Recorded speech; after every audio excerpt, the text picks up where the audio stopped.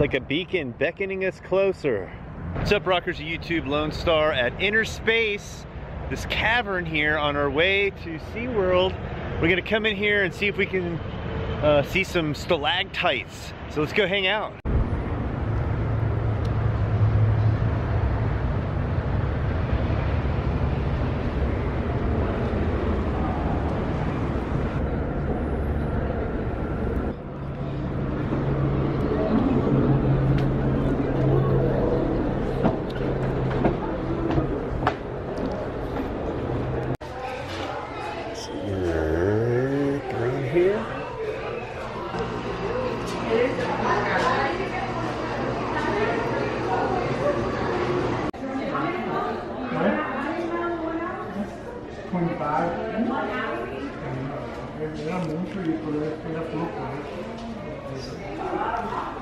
Wow, look at that.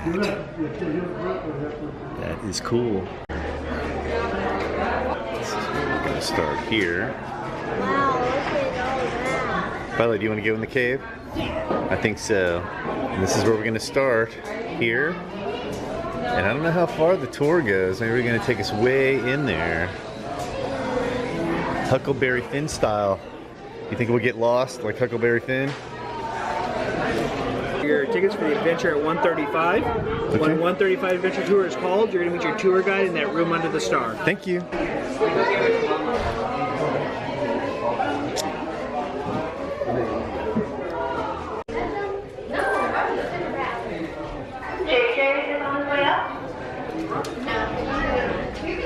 I have your attention, please? If you are holding tickets for the 135 Adventure Tour.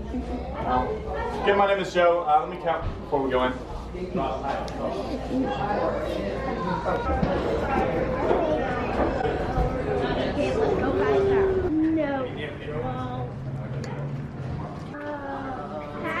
cool is this? We're just going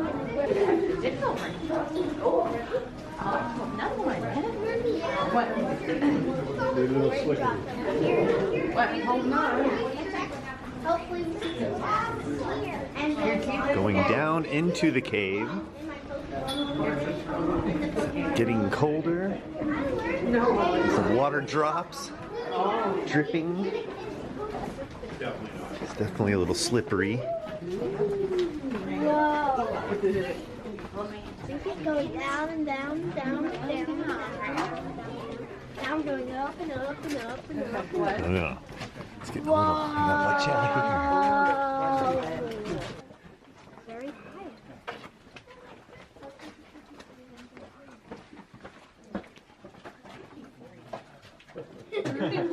No, this is just proof that y'all were here. Y'all touched things.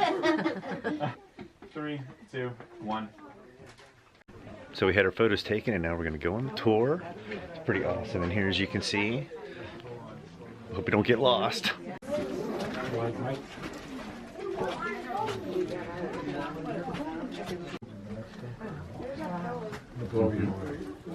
We call it back because of these soda straw formations hanging up here. These are soda straws, so that if you were to break them off, they would be hollow on the inside, and you could, in theory, use them as straws. Although I don't think it would taste very good. It would taste a lot like jail, because it's a third-degree felony. Yeah, so don't do that. Alright, so our formations are created when rainwater seeps through the ground and will pass through decaying plants and animals. From there, it picks up CO2, which turns into a weak acid called carbonic acid. This acid is not very strong. It's a lot like the carbonation in your soda.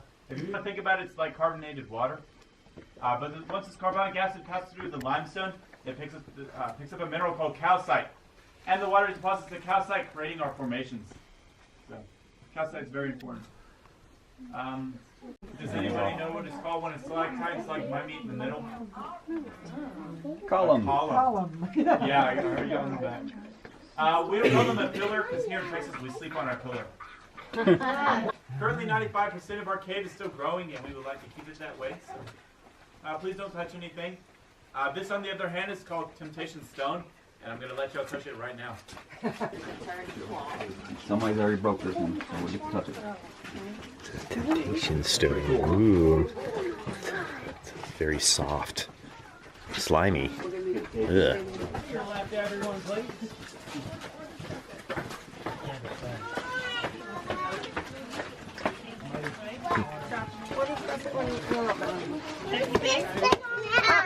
No, if you go pit, you're going to party about doing everything else. Now, above us is actually a fossilized coral reef. Scientists believe about 120 million years ago, there was a shallow ocean over Texas and stuff.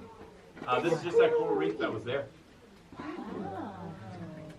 That's coral reef. Exactly. But this stuff right here, this room is called the breakdown room. But about 25 million years ago, there was the Balcones fault line that was active. And this is actually part of one of the fissures right here. If my flashlight ever works. Okay. Right there. Rock is right there, though. Wow, is on rock. You know, this used to be part of the ceiling, but during that stuff, it ended up collapsing, and so now it's looking like that. That's why this is actually called the breakdown room. If y'all were to push it up to the ceiling, it would fit perfectly. If you notice, this room is more dry compared to some of the other rooms we've been in so far. That is due to the white rock above us called dolostone, or dolomite. And this rock actually gets sponge, and it just absorbs that water before it enters this room. This is also why there's no formations growing on the ceiling. If the water can't come in, there's no... Does this expand as it holds more moisture? Or? To my knowledge, no. But it absorbs it really fast. Like if I were to pour water on this rock, it would be gone within seconds. Okay.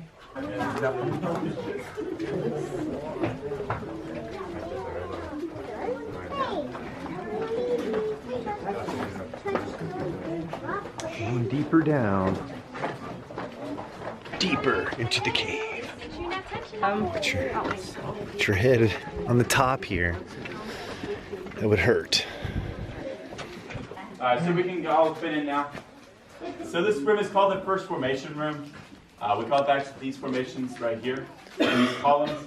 They're some of the tallest formations in our cave, and we believe that this is where the first formation started to form. Now, this room is also called the ice cream parlor because of this ice cream cone right here. This ice cream cone even has a line of kids that want that ice cream. And over here is what's known as the kissing column. And we predicted about 50 years they should be touching each other, 100 years. So if y'all were to come back here in 50 years, they should be touching, and I'll still be working here. No, if it came to that, I would retire. Alright, so over here is our ice cream sandwich. Where? Oh, there. So, can y'all guess what flavor it is? Vanilla. Rocky Road. Over here's some of our cave mud. I hear it's sticky like peanut butter, but I also hear it's like quicksand. I don't really want to test it though, because that's the last tour guide that tried. Just kidding. Our mud is like sticky like peanut butter, so if y'all were to step on it, you probably would lose your shoes. So it would count. We had a cat named Socks, and that was about it. Sometimes raccoons get in here. Wow, getting short. Very short, very short. Is it a little scary in here? Not really. Not too bad. There's a cat that lives in here? Yeah. What's the cat's name? Socks. Socks the cave cat. He's probably a good hunter. Excuse us guys, we're coming on y'all's right side.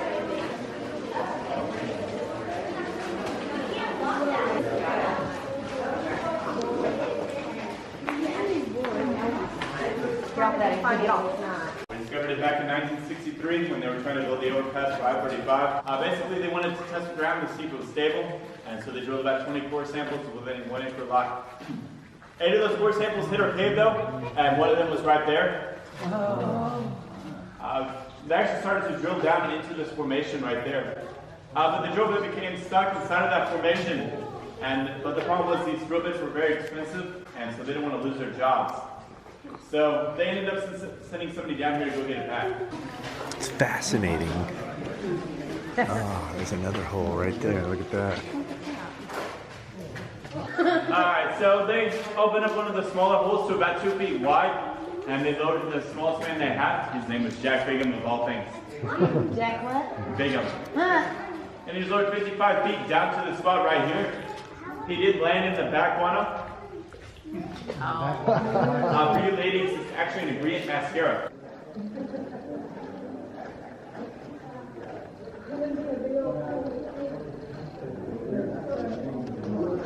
Try to slide down that. Although the formation is big enough to be about 400,000. It's old, guys.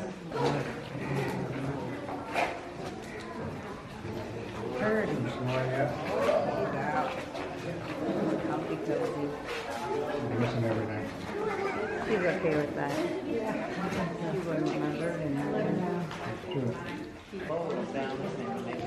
They drove it, went back up through, but then he probably came back up and walked. Hello, hello, hello. So we call this castle balcony over here because of these formations here, and they look like castles. So. That's how we got its name. But the reason why we stopped here is to explain our cave floods every 10 to 15 years. These lines right here from the 1997 flood. So that's how high the water was. And the line down here is from the 2007. Ooh. Don't want to be in here if you're claustrophobic. Hello, hello, hello, hello. You can see. Really getting in this cave. What in the world is all this stuff?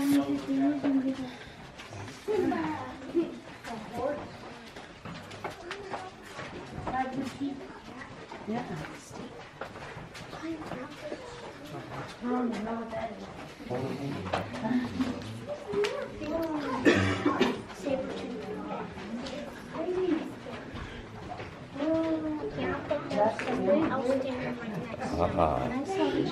Some more artifacts from within the cave.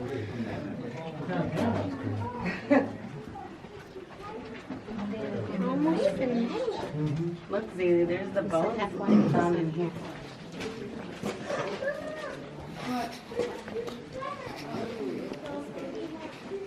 Hello, hello, hello.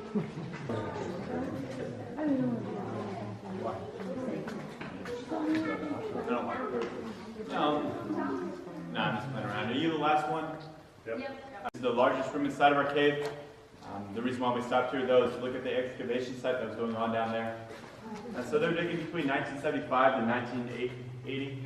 But the reason why they stopped was actually two reasons. The first reason was they kept finding the same bones. And the second reason was the bones had not properly fossilized due to the moisture inside of this cave. All these white rocks you see around the sticks that are actually bone fragments, so you can see how unsuccessful they were. All these are bone fragments except for this one rock right here. I named him Roger, and I find him disturbing. So it goes all the way to the surface, and that is natural sunlight that we see. Nice exit plan if there's a collapse. Yeah, hopefully it doesn't collapse. Yeah, they will go. The wild cave tour, huh? A 3-hour tour. That's all it took. Hello, hello. Go away. I realized they were pretty far off. It got completely changed to Imagination Station due to things like this mermaid. She's currently riding her dolphin. But she's actually trying to escape this shark over here, whose name is Bill. Now the shark is actually a good shark because he's after that corn dog. So over here's the Titanic. Got Jack and Rose, cameraman being awkward in the back. We also have a battleship right here. And we have E.T.'s finger, so we have everything. This I get to see. Wow. Yeah, stay on that side.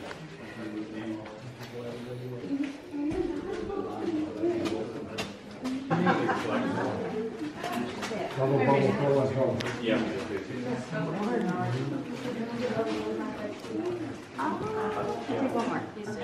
So we call this room Lake of the Moon. We are currently 70 feet below the surface. This is the deepest point on our tour. Some people actually really like this room, and some of them even get married in this room. So we're about 75 feet down underneath the interstate. It's pretty neat though. It's cozy in here. I could see living in here. Have not seen a Fraggle though. Stalagmite. Our tour almost left us, huh? We better catch up or we're gonna get lost. You know who got lost in a cave? Injun Joe. They never saw him again. Pretty sure Injun Joe's gone. And there's Violet, Violet, Violet. Hello. It's fascinating how long it takes for this stuff to take shape and that we're just little insignificant specks in this time that we're here. It's amazing. This should be a reminder to all of us of how awesome this planet is. I don't know, I think we're lost. I don't know. I'm getting worried.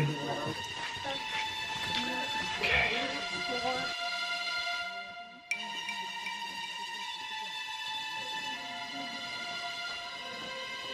I don't know, man. I don't know. It's that way.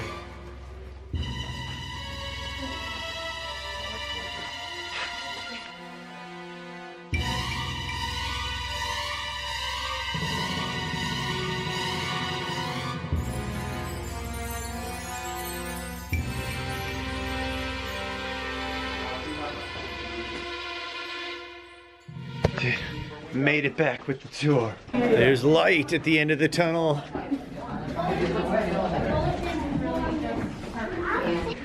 We did it. It was worth almost getting lost.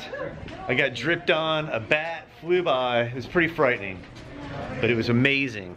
Thanks, man. Appreciate it. That was awesome. Thank you. We made it to the gift shop. Right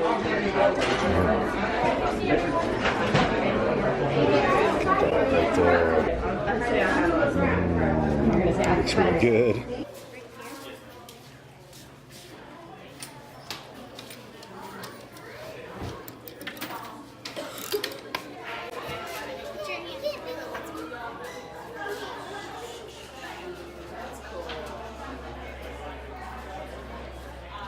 It's reading your song. Adventurer. Yeah. Gotta say, it was pretty amazing, you know, to see the stalactites and everything. I got a souvenir for my daughter. Anyway, we're gonna head to Seaworld next, wrap up something cool to watch. If you like what you see, please subscribe and have a most rocking day.